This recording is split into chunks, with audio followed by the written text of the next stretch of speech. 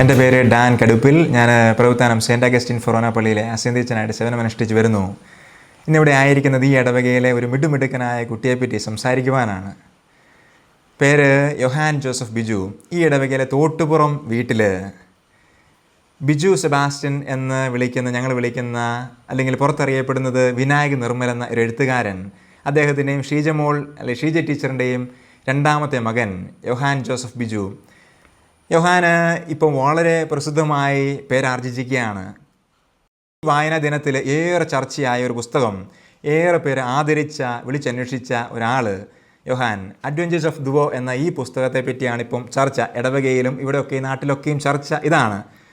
എല്ലാ ദിവസവും കുർബാനയ്ക്ക് കൂടുന്ന വളരെ മിടുക്കനായ സൺഡേ സ്കൂൾ 7ാം ക്ലാസ്സിൽ പഠിക്കുന്ന ഒരു കുട്ടി, പ്രായത്തിൽ കവിഞ്ഞ പക്വതയുള്ള മിടുക്കൻ, മറ്റുള്ളവർക്ക് മാതൃകയാക്കാവുന്ന ഒരു വ്യക്തി, എന്തേരെ പറഞ്ഞാലും വർണ്ണിച്ചാലും തീരാത്തത്ര കഴിവുകളുള്ളൊരു മിടുക്കൻ, എന്നാൽ പള്ളിയോടും ദൈവത്തോടും ഏറെ സ്നേഹിക്കുന്ന, ഏറെ ബഹുമാനിക്കുന്ന ഒരു കുടുംബം. അതുകൊണ്ടാണ് യോഹൻ്റെ ചേട്ടൻ ഫ്രാൻസിസ് മൈനർ സെമിനാരിൽ പോയതും അവനെ വേണ്ട വിധത്തിൽ നല്ലപോലെ അവൻ്റെ വീട്ടുകാർ രണ്ടുപേരും, ചാച്ചനും അമ്മച്ചിയും പ്രോത്സാഹിപ്പിക്കുന്നതൊക്കെയും ഞങ്ങൾക്കറിയാം. അത്രയും നല്ലൊരു കുടുംബം, ഈ ഇടവകയോട് വളരെ കമ്മിറ്റ്മെൻ്റുള്ള ഒരു കുടുംബം. യോഹാന് എല്ലാവിധ മംഗളങ്ങളും ഞാൻ ആശംസിക്കുകയാണ്. വികാരിച്ചൻ്റെ പേരിൽ പ്രത്യേകിച്ച് ഞാൻ ആശംസിക്കുകയാണ്.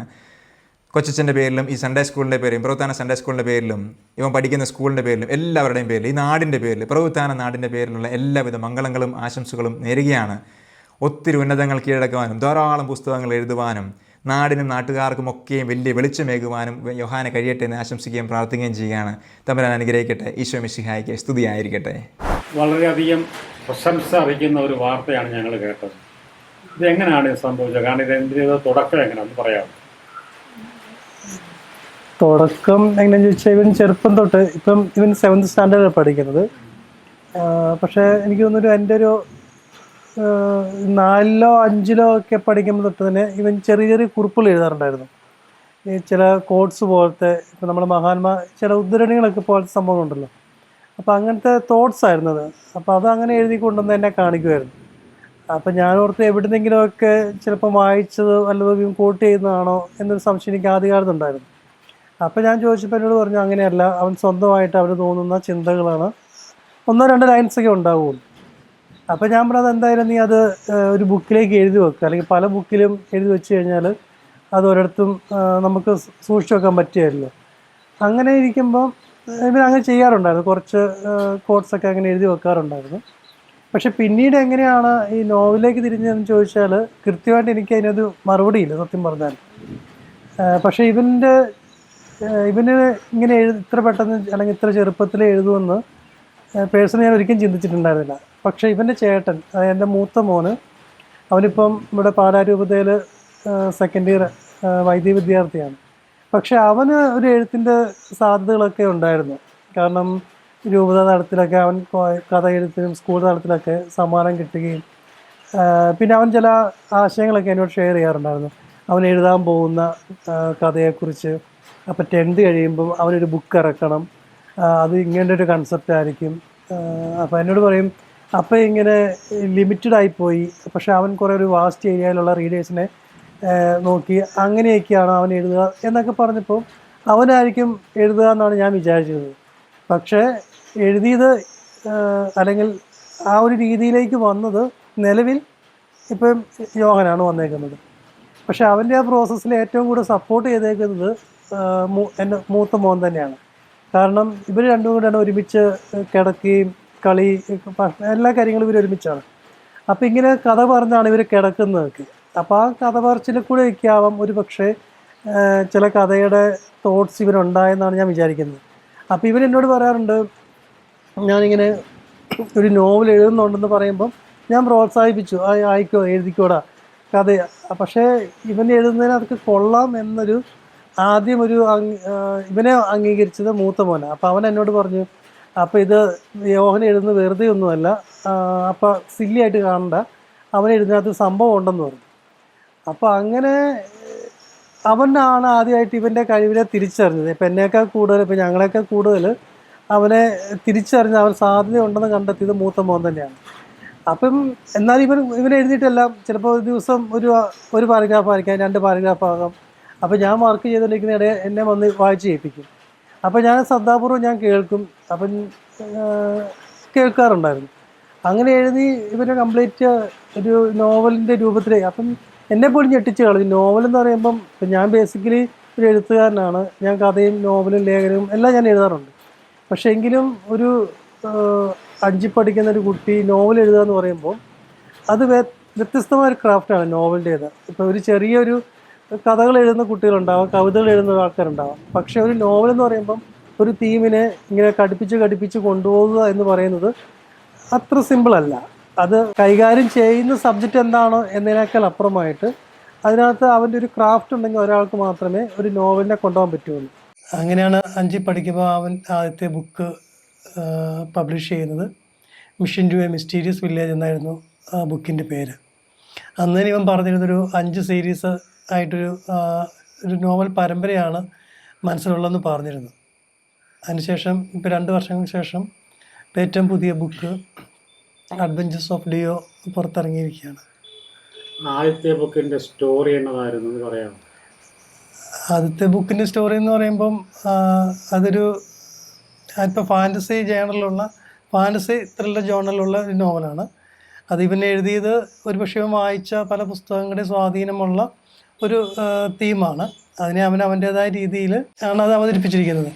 അപ്പം ഓസ്ട്രേലിയയിലേക്ക് ഒരു കുടുംബം പോകുന്നു, അവിടെ ചെന്ന ചില സംഭവങ്ങൾ, അങ്ങനെയുള്ള ഒരു ടൈം ട്രാവലിങ് ഇതൊക്കെ ഉൾപ്പെട്ട ഒരു സംഭവമാണ്. അതിൻ്റെ ബാക്കിയായിട്ടാണ് ഇപ്പോൾ പുതിയ നോവൽ എഴുതിയിരിക്കുന്നത്. അമ്മ എങ്ങനെ അവളെ പ്രോത്സാഹിപ്പിക്കാറങ്ങും എന്ന് പറഞ്ഞു? ഇതും ഈ പറഞ്ഞതുപോലെ യോഹൻ എഴുതിക്കൊണ്ട് വളരെ ചെറുപ്പത്തിൽ തന്നെ ഈ തോട്ട്സ് എഴുതിക്കൊണ്ട് വരുമ്പോൾ തൊട്ടേ നമ്മളിങ്ങനെ ശ്രദ്ധിക്കുമായിരുന്നു ഇവൻ എന്ത് എഴുതുന്നതെന്ന്. അപ്പോൾ കറക്റ്റാണോ എന്നുള്ളത്, ഇവൻ എഴുതുന്നതാണോ എന്നുള്ളത് അറിയാൻ വേണ്ടിയിട്ട് ഇവൻ്റെ സഹോദരൻ ഇപ്പോൾ പറഞ്ഞല്ലോ ഫ്രാൻസിസ് ലിയോ സെമിനാരി വിദ്യാർത്ഥിയാണ്, ഇപ്പം 2ാം വർഷം. ഇവിടെ ഉണ്ടായിരുന്ന സമയത്ത് ഇവർ രണ്ടുപേരും ഒന്നിച്ചുള്ള സമയം, കൂടുതൽ സമയം സ്പെൻഡ് ചെയ്യുന്നത്, അതായത് ഉറങ്ങാനൊക്കെ പോകുന്ന സമയത്ത് ഇവർ ഒരുപാട് കഥകൾ ഇങ്ങനെ പറയും, ഇവർ വായിച്ച ബുക്കുകളെ പറ്റിയൊക്കെയാണല്ലോ. അപ്പം ചേട്ടൻ വായിക്കുന്ന കണ്ടിട്ടാണ് ഇവന് യോഹൻ വായിച്ചു തുടങ്ങിയത്. അപ്പം ആ സമയത്ത് ഈ തോട്ടുകൾ എഴുതുമ്പം അത് വളരെ നിസ്സാരമൊന്നും അല്ല എന്ന് ഈ ഫ്രാൻസിസ് ലിയോ പറയുമായിരുന്നു. അപ്പോഴും നമ്മളെയും വന്ന് വായിച്ച് കേൾപ്പിക്കും. അപ്പോൾ സ്വന്തമായിട്ട് എഴുതിയതാണോ നീ എന്നുള്ള ഞങ്ങൾക്കൊരു പേടിയായിരുന്നു, അതിന് വേറെ എവിടുന്നേലും എടുത്തതാണോ. അപ്പോൾ അങ്ങനെ അത് വീണ്ടും അവൻ പറയുക, അല്ല അമ്മ ഇത് ഞാൻ സ്വന്തമായിട്ട് എഴുതിയതാണ് എന്നുള്ളതാണ്. അത് നമുക്കൊരു ഭയങ്കര സന്തോഷം തോന്നുമായിരുന്നു. കാരണം ദൈവകൃപ എന്നല്ലാതെ മറ്റൊന്നും ഇതിന് പറയാനില്ല. ഒരു വലിയൊരു അനുഗ്രഹ നിമിഷം തന്നെയാണ്. അതിനുശേഷമാണ് അവൻ ആ നോവലിലേക്ക് വന്നത്.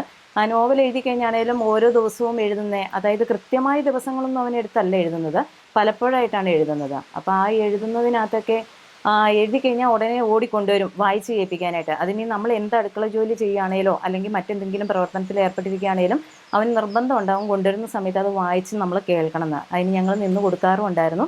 അപ്പോൾ അതൊരു ഭയങ്കര സന്തോഷം തോന്നാറുണ്ട്. കാരണം ഈ ചെറുപ്പത്തിൽ തന്നെ അവന് ഇത്രയും വൊക്കാബുലറിയൊക്കെ കളക്ട് ചെയ്ത് അവൻ വായിക്കുന്നുണ്ട്. പിന്നെ ഇംഗ്ലീഷ് ബുക്കുകളായിരുന്നു അവൻ ചെറുപ്പം തൊട്ടേ വായിക്കാറും ഉണ്ടായിരുന്നത്. അതും അവനൊരു മോട്ടിവേഷൻ ആയിട്ടുണ്ടാവണം.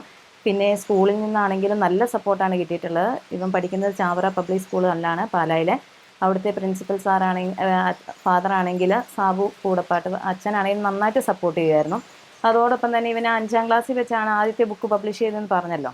ആ ബുക്ക് പബ്ലിഷ് ചെയ്യുന്ന സമയത്ത് ആ വർഷത്തെ അവരുടെ ആനുവൽ ഡേക്ക് അവിടുത്തെ പ്രോഗ്രാമിലൊക്കെ ആണെങ്കിലും ഇവൻ്റെ ആ ഒരു ബുക്കിനെ ബേസ് ചെയ്തൊരു തീമായിരുന്നു സ്കിറ്റായിട്ടുണ്ടായിരുന്നത്.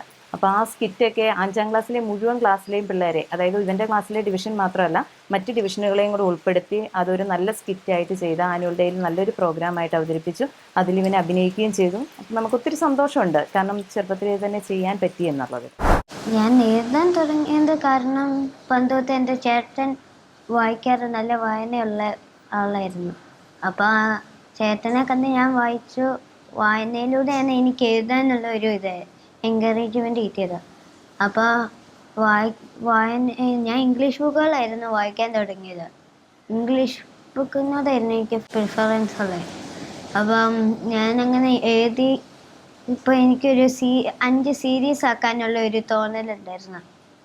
ഹാരി പോട്ടർ ബുക്കൊക്കെ വായിച്ചപ്പോൾ എനിക്ക് ഇങ്ങനെ സീരീസ് ആക്കാൻ വേണ്ടി അടുത്ത ബുക്കിൻ്റെ എന്താ സംഭവിക്കുന്നതിനുള്ള ഒരു ആകാംക്ഷയുള്ള പോലെ ആയതുകൊണ്ടാണ് ഞാൻ 5 ബുക്കുകളുള്ള സീരീസ് ആക്കാൻ നോക്കിയത്. അപ്പോൾ അങ്ങനെ തോന്നിയ ഒരു കഥ ഞാൻ മനസ്സിൽ കണ്ടുവച്ചു. അപ്പോൾ അത് അതിൽ ഒരു ഓസ്ട്രേലിയൻ ബേസ്ഡ് കഥയാണിത്. അപ്പോൾ ഓസ്ട്രേലിയയിൽ നടക്കുന്ന എല്ലാ കാര്യങ്ങളൊക്കെ ഞാൻ പഠിക്കുകയും അതൊക്കെ ചെയ്തതാണ് ഞാൻ ഈ കഥ എഴുതിയത്. അവിടുത്തെ ഓരോ സ്ഥലങ്ങളും എല്ലാം എഴുതിയിട്ടാണ്. ഓസ്ട്രേലിയക്ക് പോയിട്ടുണ്ടോ? പോയിട്ടില്ല. പിന്നെ എങ്ങനെ ഇതൊക്കെ കണ്ടതാണ്? അത് ഞാൻ ഇങ്ങനെ മൊബൈലിൽ നോക്കി പഠിക്കുമായിരുന്നു. അപ്പം അങ്ങനെ മനസ്സിലാക്കി ഞാൻ ഒരു എഴുതിയത്. അപ്പം അങ്ങനെ എഴുതി ഒരു സീരീസ് ആക്കാനുള്ളൊരു ഇതാണ്. അങ്ങനെയാണ് അതിൻ്റെ മോട്ടിവേഷൻ, അങ്ങനെയാണ് എനിക്ക് എഴുതിയത്. യോഹൻ എഴുതിയ ആദ്യത്തെ book the mission to mysterious village എന്നുള്ളത് ആദ്യത്തെ ഒരെണ്ണമായിട്ട് ഇറക്കി.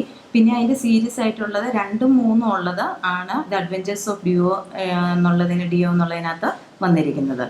അത് 2ഉം 3ഉം കൂടെ ചേർന്നതാണ്. അങ്ങനെ 3 സീരീസാണ് ഇപ്പം നിലവിൽ പബ്ലിഷ് ചെയ്തത്.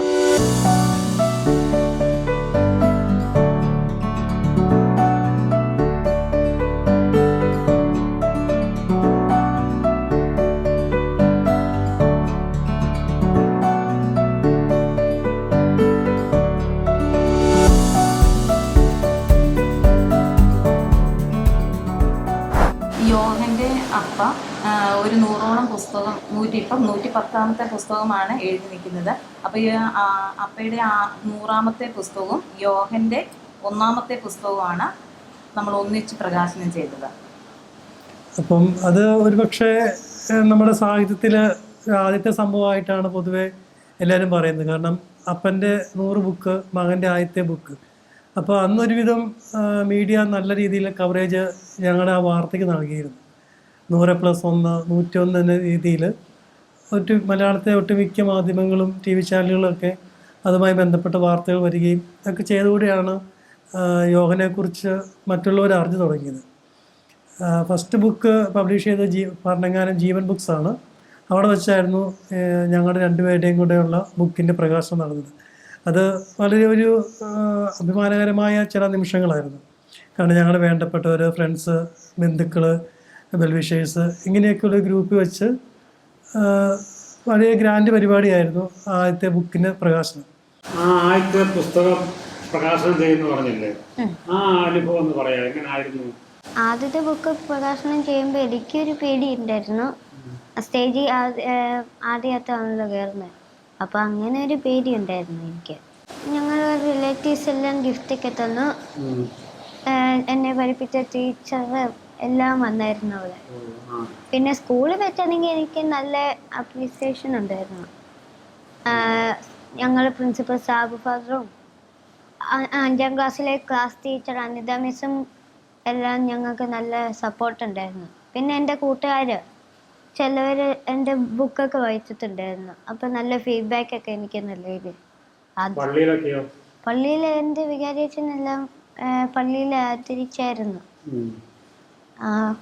പിന്നെ ഞങ്ങൾ വികാരിയച്ഛനും പ്രിൻസിപ്പൽ അച്ഛനും ആണ് എൻ്റെ ആദ്യത്തെ ബുക്കിലെ മെസ്സേജ് തന്നത്. അവർ നല്ല സപ്പോർട്ടൊക്കെ ഉണ്ടായിരുന്നു എനിക്ക്. ഇവൻ്റെ 2 ബുക്കിൻ്റെയും കവർ ചെയ്തത് ഞങ്ങളുടെ മൂത്ത മോൻ ഫ്രാൻസിസ് ലീഗാണ്. അപ്പം 2 വർഷം മുമ്പ് അവൻ ഞങ്ങളുടെ കൂടെ ഒപ്പം ഉണ്ടായിരുന്നു. ഇപ്പം സെമിനാരിയിലാണ്. ഈ അടുത്ത 2 മാസത്തെ അവധിക്ക് വന്ന സമയത്താണ് 2ാമത്തെ ബുക്കിൻ്റെ കവർ അവൻ ചെയ്തത്. അപ്പം ഈ ബുക്ക് ഇവൻ എഴുതിയെങ്കിലും അതത് വായിച്ചു നോക്കാൻ ഞങ്ങളെക്കാൾ കൂടുതൽ അറിവുള്ള ഒരാൾ വേണമെന്നൊരു അറിവ് ഞങ്ങൾക്ക് ഒരിതുണ്ടായിരുന്നു. ഇവൻ എന്തെഴുതുന്നു ശരിയാണോ എന്നറിയാൻ വേണ്ടി. അപ്പോൾ എൻ്റെ ഒരു സുഹൃത്ത്, കോളേജ് അധ്യാപകനായ ഹരികൃഷ്ണനാണ് അത് ബുക്ക് വായിച്ചിട്ട് പറഞ്ഞത്, ഈ പ്രായത്തിൽ ഇങ്ങനെ ഒരു കുട്ടി എഴുതുന്നത് അത് അത്ര നോർമലല്ല, അപ്പോൾ അതിനെ നല്ല സംഭവമാണ് എന്ന് പറഞ്ഞ അവൻ്റെ ഒരു വാക്കാണ് ഞങ്ങൾക്ക് ഈ ബുക്കാക്കി പബ്ലിഷ് ചെയ്യാനുള്ള ധൈര്യം തരുന്നത്. അപ്പോൾ ആദ്യത്തെ ബുക്കിന് ഞങ്ങളുടെ ബഹുമാനപ്പെട്ട വികാരിയച്ഛൻ ഫാദർ ജോർജ് വേളുപ്പറമ്പിലും യോഹൻ്റെ സ്കൂൾ പ്രിൻസിപ്പൽ ഫാദർ സാബു കൂടപ്പാട്ടും മെസ്സേജ് നൽകിയിട്ടുണ്ടായിരുന്നു. അപ്പോൾ ഇവർ 2 പേരും നല്ല രീതിയിൽ ഇവൻ്റെ ആദ്യത്തെ ബുക്ക് ഇറങ്ങിയപ്പോൾ പള്ളി വെച്ച് ഇവനെയും ചേട്ടനെയൊക്കെ ആദരിച്ചിരുന്നു. 2ാമത്തെ ബുക്ക് ഇറങ്ങിയപ്പോഴാണെങ്കിലും ഇവനെ പള്ളി വെച്ച് ആദരിച്ചു. സ്കൂളിലാണെങ്കിലും ഇത്തവണത്തെ റീഡിംഗ് ഡേക്ക് വൈസ് പ്രിൻസിപ്പൽ പോൾസൺ അച്ഛൻ ഇവനെ സ്റ്റേജിൽ വിളിച്ചു വരുത്തി അഭിനന്ദിക്കുകയും മറ്റു കുട്ടികളോട് ഇവൻ്റെ ബുക്കുകളെക്കുറിച്ച് സംസാരിക്കുകയൊക്കെ ചെയ്തിരുന്നു.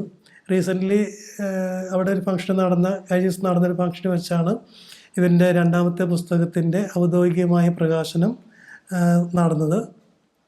നമ്മുടെ Kottayam SP Sabu K Mathew sir Jose K Mani MB സാറിന് നൽകിയാണ് പുസ്തകത്തിൻ്റെ പ്രകാശനം നിർവഹിച്ചത്.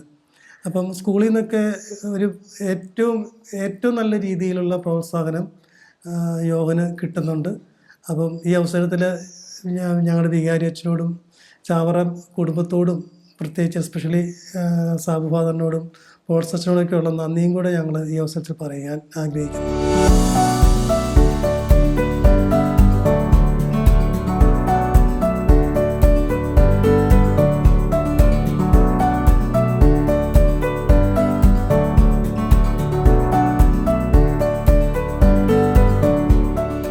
മോനെ എന്താകാനാ വലുതാകുമ്പോഴത്തേക്ക് ഒരു നോവലിസ്റ്റ് ആകാനാണോ ആഗ്രഹം, അതോ വേറെ വല്ല ജോലിക്ക് പോകാനാണോ ആഗ്രഹം? സോഫ്റ്റ്വെയർ എഞ്ചിനീയർ ആവാനാണ് എനിക്ക് ആഗ്രഹം. പിന്നെ വേറൊന്നുമില്ല. പിന്നെ ജപ്പാനിലെ പോക്കിമോൻ കമ്പനി. സോഫ്റ്റ്വെയർ എഞ്ചിനീയർ ഇവൻ ഉദ്ദേശിക്കുന്നത് ജപ്പാനിൽ പോയി അവിടെ പോക്കിമോൻ കമ്പനിയിൽ പോയി വർക്ക് ചെയ്ത് കാർട്ടൂൺ ആനിമേഷൻ ഇവൻ്റെ സ്വന്തം സ്ക്രിപ്റ്റ് ചെയ്ത് ഇവനത് വിഷ്വലൈസ് ചെയ്യണമെന്നാണ് ഇവൻ്റെ ആഗ്രഹം. അപ്പോൾ അതിന് ഉള്ള ഒരു ബേസിക്കായൊരു കാര്യം എന്ന രീതിയിലാണ് ഇവൻ സോഫ്റ്റ്വെയർ എഞ്ചിനീയറിനെ കുറിച്ച് സംസാരിക്കുന്നത്. അപ്പോൾ ഇപ്പോഴാണെങ്കിലും ആളുടെ ഏറ്റവും വലിയ ആഗ്രഹം ജപ്പാനുമായി ബന്ധപ്പെട്ട കാര്യങ്ങൾ ഗൂഗിൾ ചെയ്യുക, അവിടുത്തെ കാര്യങ്ങൾ, ഭക്ഷണം, താമസം, ഇങ്ങനെയുള്ള കാര്യങ്ങളെക്കുറിച്ചാണ് പുള്ളി ഇപ്പോഴും അറിഞ്ഞു വെച്ചിട്ടുണ്ട്. അപ്പോൾ ഞങ്ങളോട് പറയും 10th കഴിയുമ്പോൾ അല്ലെങ്കിൽ +2 കഴിയുമ്പം ഇനി ഇത്രയും വർഷം കൂടിയല്ല നിങ്ങളുടെ അടുത്ത് ഞാനുണ്ടാവും, ഞാൻ പോകും. അപ്പോൾ എങ്ങനെയാണ്? അപ്പോൾ ഞങ്ങളോട് പറഞ്ഞേക്കുന്ന പ്രതീക്ഷ നേക്കുന്നത് ഞങ്ങളെയും കൂടെ കൊണ്ടുപോകും, ജപ്പാനിലേക്ക് കൊണ്ടുപോകും എന്നൊക്കെയാണ് പുള്ളി പറയുന്നത്. ഇതൊക്കെ ദൈവത്തിൻ്റെ ഇരിക്കുന്ന കാര്യമാണ്. നമുക്കതിനകത്ത് ഇത് ചോദിച്ചുകൊണ്ട് മാത്രം ഇങ്ങനെ പറഞ്ഞതാണ്. പോക്കിമോൻ എന്ന് വെച്ചാൽ ശരിക്കും ഒരു കാർട്ടൂൺ, കുറേ കഥാപാത്രങ്ങളെല്ലാം ഉള്ള ഒരു TV ഷോയാണ്. അപ്പോൾ അതിനകത്ത് ഓരോ ക്യാരക്ടേഴ്സ് ഉണ്ട്. അതിൻ്റെയൊക്കെ പടം വെച്ച് ഒരു കാർഡ്സൊക്കെ ഉണ്ടാക്കാറുണ്ട് പോക്കിമോൻ കമ്പനിയിൽ. പിന്നെ അതിനകത്ത് എനിക്ക് ഇഷ്ടപ്പെട്ടതെന്ന് വെച്ചാൽ അവരുടെ എല്ലാ സീരീസാണ്. അതും ആ സീരീസ് ഫുള്ളും ഫ്രണ്ട്ഷിപ്പ് എല്ലാം നടക്കുന്നതാണ്. അതിനകത്ത് മെയിനായിട്ട് ഫ്രണ്ട്ഷിപ്പാണ്. എല്ലാവരും കൂട്ടുകാരൊക്കെ ആയിട്ടാണ് അതിനകത്ത് നടക്കുന്നത്, ജേർണി പോകുന്നത്. അത് പണ്ട് തൊട്ട് ഞാൻ കാണാറുള്ളായിരുന്നു. അത് നോക്കുമ്പോൾ അവരെ TV കാണുമ്പോൾ കണ്ടു തുടങ്ങിയായിരുന്നു. പിന്നെ എനിക്ക് ഇഷ്ടപ്പെട്ടു. അതിൻ്റെ ഓരോ സീരീസാണ് ഉള്ളത്. കുറേ സീരീസ് ഉണ്ട്, 20 സീസൺ ഉണ്ട് അതിന്. അപ്പോൾ അത് ഓരോന്നായിട്ട് കാണുന്നുണ്ടായിരുന്നു. ഇവന് സ്വന്തമായിട്ട് എഴുതാനുള്ള സ്കില്ലുള്ളതുകൊണ്ട് അത്തരം സ്ക്രിപ്റ്റുകൾ ചെയ്യുക, പോക്കിമോനുമായിട്ട് ബന്ധപ്പെട്ട് അങ്ങനെ കാര്യങ്ങൾ ചെയ്യുക എന്നുള്ളതാണ്. പക്ഷെ പുറത്ത് പറയുന്നത് പുള്ളിക്ക് നാണക്കേടല്ല, എന്തൊരു മടിയുണ്ട് അത്രയും കാര്യങ്ങൾ റിവീൽ ചെയ്യാൻ എന്നതിനെക്കുറിച്ച്. പക്ഷെ അതോടൊപ്പം തന്നെ ആൾ ഇവിടെ ഞങ്ങളുടെ ഇടവപ്പള്ളിയിലെ ഓൾട്ടർ ബോയ് ആണ്. ആൾ ഗിറ്റാർ വായിക്കും. ഇപ്പോഴും നല്ല നല്ല ബുക്സുകൾ വായിക്കും. പിന്നെ ഒരേ സമയം 2-3 ബുക്കുകൾ ഒരുമിച്ചാണ് വായിക്കുന്നത്. ഇപ്പോൾ എൻ്റെയൊക്കെ സ്റ്റൈൽ എന്നൊക്കെ പറയുമ്പോൾ ഒരു ബുക്ക് വായിച്ച് നമ്മൾ തീർത്തു, ഓക്കെ. പക്ഷേ പുള്ളി ഒരേ സമയം ഒരു ബുക്ക് ഒരു 10 പേജ് വായിക്കും, അത് കഴിഞ്ഞിട്ട് അടുത്ത ബുക്ക് ഒരു 10 പേജ് അല്ലെങ്കിൽ 2 പേജ് വായിക്കും, മൂന്നാമതൊരു ബുക്ക്, അങ്ങനെ ഒരേ സമയം 2-3 ബുക്കുകൾ വായിക്കുന്നതാണ് ആളുടെ ഒരു റീഡിങ് സ്റ്റൈല്. ഈ ആരുടെയൊക്കെ പുസ്തകങ്ങളാണ് വായിച്ചിട്ടുള്ളത് പ്രസിദ്ധമായ? ശശി തരൂർ സാറിൻ്റെ വായിച്ചിട്ടുണ്ട്, ഗ്രേറ്റ് ഇന്ത്യൻ നോവല്. പിന്നെ ഗോഡ് ഓഫ് സ്മോൾ തിങ്സ് വായിച്ചിട്ടുണ്ട്. അപ്പൻ്റെ പുസ്തകം വല്ലതും വായിച്ചിട്ടുണ്ടോ? ഇല്ല. അത് വായിക്കാൻ മലയാളമാണ് ഒന്നാമത്തെ പ്രശ്നം. മലയാളത്തിൽ അത്രയ്ക്കും അങ്ങോട്ട് ആള് വലിയൊരു ഇൻട്രസ്റ്റിംഗ് കാണിക്കുന്നില്ല. അല്ല, മലയാളം ബുക്ക് വായിച്ചിട്ടുണ്ട്. അതായത് എൻ്റെ സുഹൃത്തുക്കളായ ചില പത്രപ്രവർത്തകരുണ്ട്. അപ്പോൾ അവരുടെ ക്രൈം ത്രില്ലർ ജേണലിലുള്ള നോവലുകൾ വായിച്ചിട്ടുണ്ട്. ഇപ്പം ഒരു മലയാളത്തിൽ ഒരു വാക്ക് വായിച്ചാൽ നിബിഡ വനം എന്നൊരു വാക്ക് കണ്ട ഉടനെ എൻ്റെ അടുത്ത് വന്ന് ചോദിക്കും, ഈ നിബിഡ വനം എന്താണ്? അപ്പോൾ ആദ്യത്തെ തവണ നമ്മൾ പറഞ്ഞു കൊടുത്തു. പിന്നെ ഇങ്ങനെ കുറേ ചോദ്യങ്ങൾ വന്നു കഴിയുമ്പോൾ ഞാൻ പറയും, നീ മലയാളം വായിക്കണ്ട, നീ ഇംഗ്ലീഷ് വായിച്ചാൽ മതി, കാരണം എൻ്റെ വർക്ക് നടക്കത്തില്ല. അപ്പം അങ്ങനെ കുറേ സംശയങ്ങൾ വരുന്നുണ്ട് മലയാളം ബുക്ക് വായിക്കും. പിന്നെ പൊതുവേ ഇവൻ്റെ ടേസ്റ്റിന് പറ്റിയ ബുക്കുകളല്ല ഞാൻ ചെയ്യുന്നത്. പക്ഷേ എൻ്റെ മൂത്ത മോനെ എല്ലാ ബുക്കുകളും എൻ്റെ വായിച്ചിട്ടുണ്ട്. നല്ലതാണെങ്കിൽ നല്ലതെന്ന് പറയും, മോശമാണെങ്കിൽ മോശമാണെന്ന് പറയും.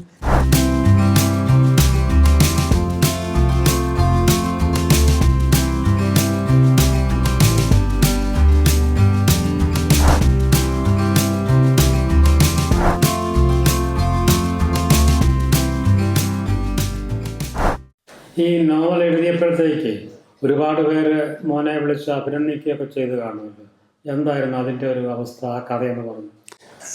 സത്യം പറഞ്ഞാൽ ഞാനിപ്പം 10-35 വർഷമായിട്ട് എഴുത്ത് ഫീൽഡിലാണ്. പക്ഷേ എന്നെ അധികം ആളുകൾക്കൊന്നും അറിയില്ല എന്നുള്ളത് സത്യം. പക്ഷേ ഇവൻ്റെ ഫസ്റ്റ് ബുക്ക് വന്ന ശേഷം ഇവനോട് ബന്ധപ്പെടുത്തിയാണ് എന്നെയും കൂടി ആൾക്കാർ പൊതുസമൂഹം അറിഞ്ഞു തുടങ്ങിയത്. അപ്പം ഞങ്ങളുടെ മൂത്ത ഫ്രാൻസിസ് പറയാറുണ്ട്, യോഹൻ കാരണമാണ് അപ്പേനെ ആൾക്കാർ അറിയുന്നത്, അല്ലെങ്കിൽ അപ്പേനെ ആരും അറിയില്ലായിരുന്നു പറയാറുണ്ട്. അത് സത്യമാണ്. കാരണം ഇവൻ എഴുതി തുടങ്ങിയപ്പോഴാണ് എനിക്കും കൂടെ അവൻ്റെ കിട്ടിയ അംഗീകാരം എനിക്കും കൂടെയുള്ള അംഗീകാരമായിട്ടാണ് മനസ്സിലാക്കാൻ സാധിക്കുന്നത്. അപ്പോൾ അവനെ ആദരിക്കുമ്പോൾ അതോടൊപ്പം തന്നെ ഞാനും ആദരിക്കപ്പെടുന്നൊരു ഫീലാണ് എനിക്കുണ്ടായത്. ഫസ്റ്റ് ബുക്ക് ഇവന് ഇറങ്ങിയപ്പോൾ തന്നെ അതുമായിട്ട് ബന്ധപ്പെട്ട് ഇവിടെ പല ചാരിറ്റി സംഘടനകൾ, ഇപ്പം ഇവിടെ Kollappally lions club, Pala JCS, ഇങ്ങനെയൊക്കെയുള്ള സംഘടനകൾ, പിന്നെ ഞങ്ങളുടെ മെമ്പർ, പഴയ മെമ്പർ മോളമ്മ എന്ന് പറഞ്ഞ മേഡം, ഇവരൊക്കെ ഗ്രാമസഭ കൂടി ഇവരെ ആദരിക്കുകയും ഒക്കെ ചെയ്തിരുന്നു. ഇപ്പം രണ്ടാമത് ബുക്ക് ഇറങ്ങിയപ്പോഴാണെങ്കിലും ഇന്ന് ഞങ്ങൾ ശ്രീ മാണി സി കാപ്പൻ MLA അദ്ദേഹം ഇവനെ കാണുമെന്ന് പറഞ്ഞ് അദ്ദേഹത്തിൻ്റെ അടുത്ത് പോകാൻ സാധിച്ചു, ബുക്ക് കൊടുക്കാൻ പറ്റി. മറ്റൊരു കാര്യം എന്ന് പറഞ്ഞാൽ അടുത്ത ബുധനാഴ്ച ഞങ്ങൾ മുഖ്യമന്ത്രിക്ക് ആയിട്ടൊരു അപ്പോയിൻമെൻറ്റ് MLA വഴി കിട്ടിയിട്ടുണ്ട്. അപ്പോൾ അദ്ദേഹത്തെ കാണാൻ സാധിക്കുമെന്നാണ് ഞങ്ങൾ വിചാരിക്കുന്നത് അടുത്ത ബുധനാഴ്ച. പിന്നെ ഇവനെയാണെങ്കിലും ഒരുപാട് പേര് ഇപ്പം ആദരിക്കുകയും, ഇപ്പം ചില സ്കൂളിൽ നിന്നൊക്കെ ആണെങ്കിലും ഇവനെ പ്രോഗ്രാമിന് വിളിക്കുന്നുണ്ട്. അപ്പം ഇപ്പം ഇതിനേക്കാളൊക്കെ ഞങ്ങൾക്ക് അഭിമാനം തോന്നിയ ഒരു സംഭവം കഴിഞ്ഞ ദിവസം ഇവൻ്റെ പുസ്തകത്തിൻ്റെ പ്രകാശന ചടങ്ങ് നടത്തിയപ്പോൾ, ചാവറ സ്കൂളിൽ വെച്ച് നടത്തിയപ്പോൾ, അത്രയും വലിയ ഒരു പ്രൗഡായ ഒരു മൊമെൻറ്റ്സ് ആയിരുന്നു അത്. കാരണം ഒരുപാട് അറിയപ്പെടുന്ന വ്യക്തികൾക്കിടയിലേക്ക് ഞങ്ങളെ കൂടെ വിളിച്ച് ഉൾപ്പെടുത്തി സ്റ്റേജ് കയറ്റി ഇവൻ്റെ പുസ്തക പ്രകാശനത്തിന് സാക്ഷ്യം വഹിക്കാൻ ഞങ്ങൾക്കവിടെ ചാവറ ടീം, പ്രത്യേകിച്ച് സാബുച്ചനൊക്കെ ഞങ്ങൾക്ക് ഭയങ്കര ഒരു എൻകറേജ്മെൻറ്റും പ്രോത്സാഹനം നൽകി. അതെന്ന് വെച്ച് കഴിഞ്ഞാൽ ഞങ്ങളെ മാതാപിതാക്കൾ എന്നുള്ള നിലയ്ക്ക് ഇതിൽ കൂടുതൽ ഇനി ഒന്നും കിട്ടാനില്ല. ശരിക്കും പറഞ്ഞു കഴിഞ്ഞാൽ ഇത്രയും ചെറുപ്പത്തിൽ, പിന്നെ ഞാൻ ഇടയ്ക്കിടയ്ക്ക് ഇവനോട് പറയും, എടാ നിൻ്റെ ബുക്കർ പ്രൈസ് കിട്ടിയിട്ട് വേണം എനിക്കിനി ഒന്ന് മരിക്കുന്നതിന് മുമ്പായിട്ട് അതും കൂടെ ഒന്ന് കാണണം. അപ്പോൾ അമ്മ എത്രാമത്തെ വയസ്സിലാണ് മരിക്കാൻ ഉദ്ദേശിക്കുന്നത് എന്നുള്ളവൻ എന്നെ കളിയാക്കിയും ചോദിക്കും. അപ്പം പക്ഷേ എന്നാലും അത് ഞാനിങ്ങനെ നമുക്കിപ്പോൾ ഈ സമയം തന്നെ ഒരു ബുക്കർ പ്രൈസിൻ്റെ അത്രയും വിലയുണ്ട് കേട്ടോ, ഇല്ലെന്നൊന്നും ഞാൻ പറയുന്നില്ല. അതിലേറെ സന്തോഷവും അഭിമാനവും ഉള്ള നിമിഷം തന്നെയാണ് മാതാപിതാക്കൾ എന്ന നിലയിൽ. മറ്റുള്ള പിള്ളേരെ മൊബൈലിന് അഡിക്റ്റ് ആണോ? മൊബൈൽ കാണുന്നില്ലെന്നൊന്നും പറയാൻ പറ്റത്തില്ല. എല്ലാ പിള്ളേരെയും പോലെ തന്നെ ഇവനും മൊബൈലും കാണും, TV കാണും, ഗെയിം കളിക്കും, പിന്നെ ഈ പോക്കിമോൻ കാർഡ്സ് ഉപയോഗിച്ച് കളിക്കും. ഒപ്പം വന്നിട്ടുണ്ടെങ്കിൽ ചേട്ടൻ്റെ പിള്ളേരുണ്ട് താഴെ, ഇച്ചിരി വലിയ മുതിർന്ന പിള്ളേരാണ്. അവരോടൊന്നിച്ചാണെങ്കിലും ഫുട്ബോൾ കളിക്കാനായിട്ട് ഇറങ്ങിപ്പോകും, ക്രിക്കറ്റ് കളിക്കും. പഠിത്തത്തിനാണെങ്കിലും അത്യാവശ്യം ഒരു ആദ്യത്തെ ഇതിൽ തന്നെ എത്തി നിൽക്കാറുണ്ട്. A1 ബാഡ്ജൊക്കെ മേടിക്കുന്നുണ്ട്. അപ്പം നമുക്കൊരു 90% മാർക്കൊക്കെ കിട്ടുന്ന, അല്ലെങ്കിൽ 90 എബോവ് മാർക്ക് കിട്ടുന്ന കുട്ടികളിൽ ഒരാളായിട്ട്, ക്ലാസ്സിലെ ടോപ്പർമാരിൽ ഒരാളായിട്ട് തന്നെ വേണമെങ്കിലും പറയാം. അങ്ങനെ പഠനത്തിൽ പിന്നോക്കം പോകുന്നതായിട്ട് നമുക്ക് ഇതുവരെ ഫീൽ ചെയ്തിട്ടില്ല ഇതുവരെ. എനിക്ക് യോഗനെ കുറിച്ച് പറയാവുന്ന മറ്റൊരു കാര്യം, മറ്റു പല കുട്ടികളും ഒരുപക്ഷെ വ്യത്യസ്തമാവാം ആ കാര്യമെന്നാണ് ഞാൻ വിചാരിക്കുന്നത്. കാരണം എൻ്റെ പേരൻസ് രണ്ടുപേരും, പ്രത്യേകിച്ച് അമ്മ ബെഡ് റിഡനായിട്ട് കിടന്ന കുറേ കാലം ഉണ്ടായിരുന്നു. അപ്പോൾ അമ്മയ്ക്ക് എനിമയും മറ്റൊക്കെ വയ്ക്കുമ്പോൾ ഇവനും മൂത്തവനും എൻ്റെ ഒപ്പം തന്നെ ഉണ്ടാവും. അപ്പം ഞാൻ പറയും, മക്കളെ നിൽക്കേണ്ട, മാർക്ക് വെക്കൂ. പക്ഷേ ഇവർക്കൊരിക്കലും ഒരു മടിയോ ഒരു അറപ്പോ ഒന്നും തോന്നിയിട്ടില്ല. അപ്പോൾ യോൻ എന്നോട് ചോദിക്കും, അപ്പം അമ്മച്ചിയുടെ വയറ്റിൽ നിന്ന് പോയോ, എന്തുമാത്രം പോയോ, നന്നായിട്ട് പോയോ? അപ്പം ഞാൻ പറയും, നീ ഒന്നും മിണ്ടായിരിക്കുക, അത് എന്തിനാണ് പറയുന്നത്, ചോദിക്കുന്നതെന്ന് ചോദിക്കുമ്പം ഇവനതൊരു അറപ്പില്ലാതെ. അപ്പം ഞാൻ ചോദിക്കുമ്പം എന്നോട് പറയുന്നത് ഇങ്ങനെയാണ്, മൂത്തവൻ എന്നോട് ചോദിക്കും, അതിപ്പോൾ എല്ലാ മനുഷ്യർക്കും പോകുന്നതല്ലേ, അപ്പയുടെയും അമ്മച്ചിയുടെയും എൻ്റെ എല്ലാം പോകുന്നതല്ലേ. പക്ഷേ ഇവനെന്നോട് പറയും, കുറേ കാലം കഴിയുമ്പോൾ അപ്പ ഇങ്ങനെ കിടക്കുമ്പോൾ അപ്പയെ ഞാനും നോക്കേണ്ടതല്ലേ, അപ്പോൾ ഇതൊക്കെ എനിക്ക് പഠിക്കേണ്ടതെന്നാണ് യോഗൻ്റെ ചോദ്യം. അപ്പോൾ അതെന്നെ ഭയങ്കരമായിട്ട് സ്ട്രൈക്ക് ചെയ്തിട്ടുണ്ട്.